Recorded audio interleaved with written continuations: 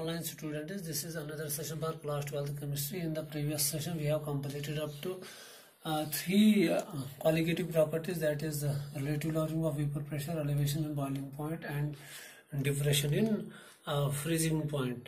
Let us have a question on the elevation in boiling point, how we can calculate the molar mass of the solute from the elevation in boiling point. Suppose question is here, find the weight of glucose that must be added to 100 gram of water to have boiling point of solution 100.5 degree Celsius. Kb of water, क्योंकि Kb मैंने पहले बताया ये property solvent की होती है. हमें glucose को ऐड करना है किसमें, वाटर में. वाटर सॉल्वेंट है, ग्लूकोज क्या है, सोल्यूट है. तो Kb ऑफ वाटर दिया हुआ है, वो कितना है 0.52 डिग्री सेल्सियस पर मोलैरिटी. हम लिखेंगे अब सीधे, अब मोलैरिटी, यहाँ हम मोलैलिटी भी लिख सकते हैं, मोलैलिटी या मोलैरिटी, आपकी मर्जी. तो यहां से हमें पता है कि जो वाटर प्योर कंपोनेंट है, तो टीबी वाटर वो कितना होता है. अगर हम इस क्वेश्चन को सॉल्व करेंगे, हमें क्या निकालना है, find the weight of glucose that must be added to 100 gram of water.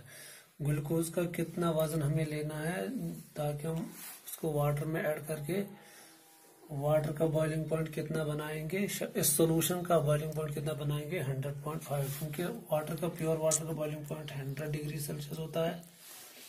और टीबी सॉल्यूशन कितना है यहाँ पे 100.5 डिग्री सेल्सियस. तो डेल्टा टीबी भी आएगा हमारे पास, कितना आएगा, वो किसके बराबर होता है, शाबाश, TB solution minus TB water.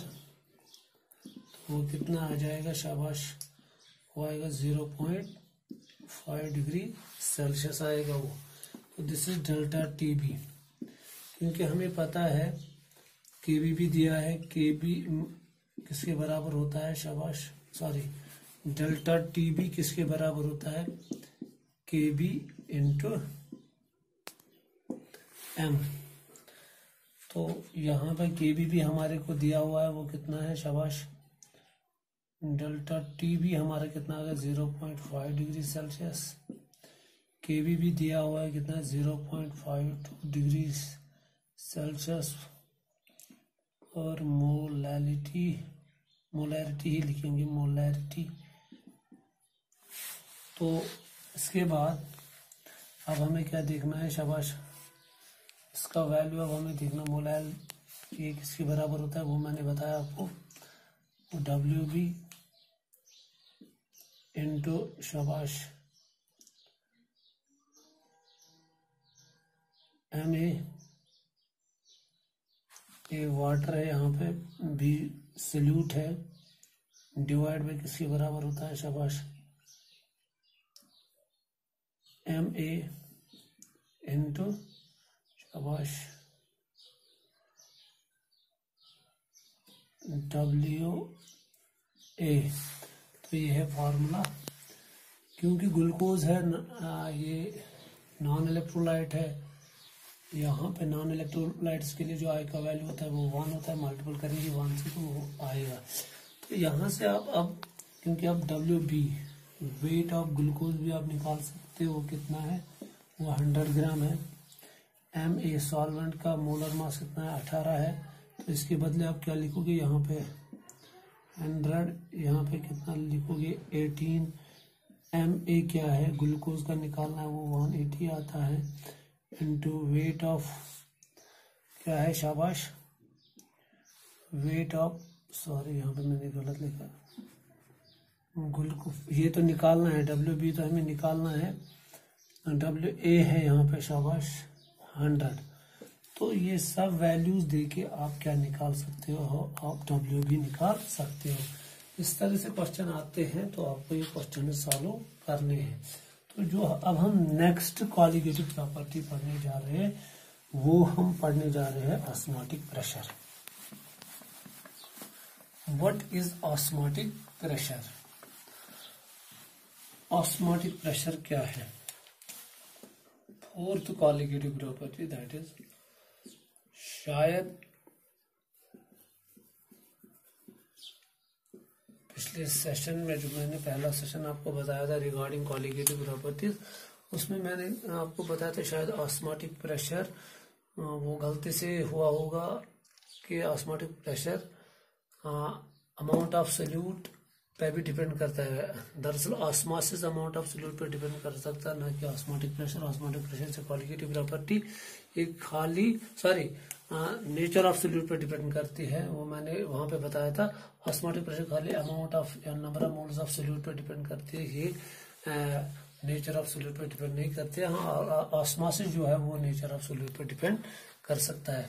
अब ऑस्मोटिक प्रेशर क्या है, इसको समझने से पहले हम लोग एक ऐसी टर्म समझेंगे जिसको हम क्या बोलते हैं, ऑस्मोसिस। ऑस्मोसिस क्या होता है? और ऑस्मोसिस आपने सुना होगा, जो हम आरओ वाटर देखते हैं, जो जिसका कैंट वगैरह का जो एडवर्टाइजमेंट आता है, वहां पे एक प्रोसेस हो जाती है रिवर्स ऑस्मोसिस। वो रिवर्स ऑस्मोसिस क्या होती है, ऑस्मोसिस क्या होती है, इस सब को समझने के लिए सबसे पहले ऑस्मोसिस को भी समझने से पहले या रिवर्स ऑस्मोसिस को भी समझने से पहले हम एक ऐसी टर्म को समझेंगे जिसको हम क्या बोलते हैं, diffusion. What is diffusion? What is diffusion? क्योंकि हमारा टॉपिक जो है वो है ऑस्मोटिक प्रेशर। ऑस्मोटिक प्रेशर को समझने से पहले सबसे पहले हमें क्या सीखना है, ऑस्मोसिस। और ऑस्मोसिस से रिलेटेड भी और एक टर्म है जिसको हम क्या बोलते हैं, reverse osmosis. Reverse osmosis osmosis का अपोजिट है। मगर ये सब चीजें अंडरस्टैंड करने के लिए सबसे पहले मैं आपको आइडिया दूंगा, शाबाश, जिसको हम बोलते हैं डिफ्यूजन। डिफ्यूजन क्या होता है? डिफ्यूजन सिंपली क्या होता है, अगर हम बात करेंगे इंटरमिक्सिंग ऑफ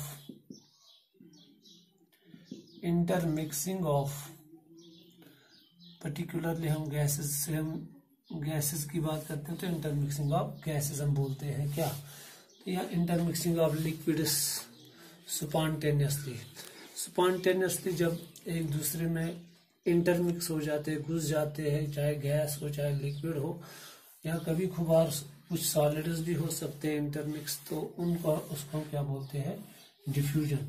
तो सब अगर मैं एग्जांपल लूंगा गैसेस की डिफ्यूजन की, सब अगर मैं लूंगा अमोनिया गैस, इसको मैं HCl गैस में डालूंगा तो वहां पे क्या बन जाता है,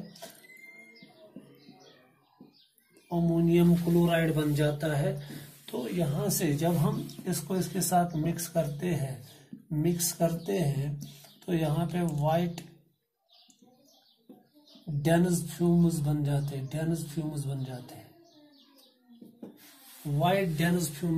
जाते हैं, मगर अब सवाल है कि ये जो डिफ्यूजन है इसको रियल फैशन में समझने के लिए, सपोज अगर हम सॉल्यूशन की बात करेंगे, सॉल्यूशन में हम डिफ्यूजन को कैसे एक्सप्लेन कर सकते हैं।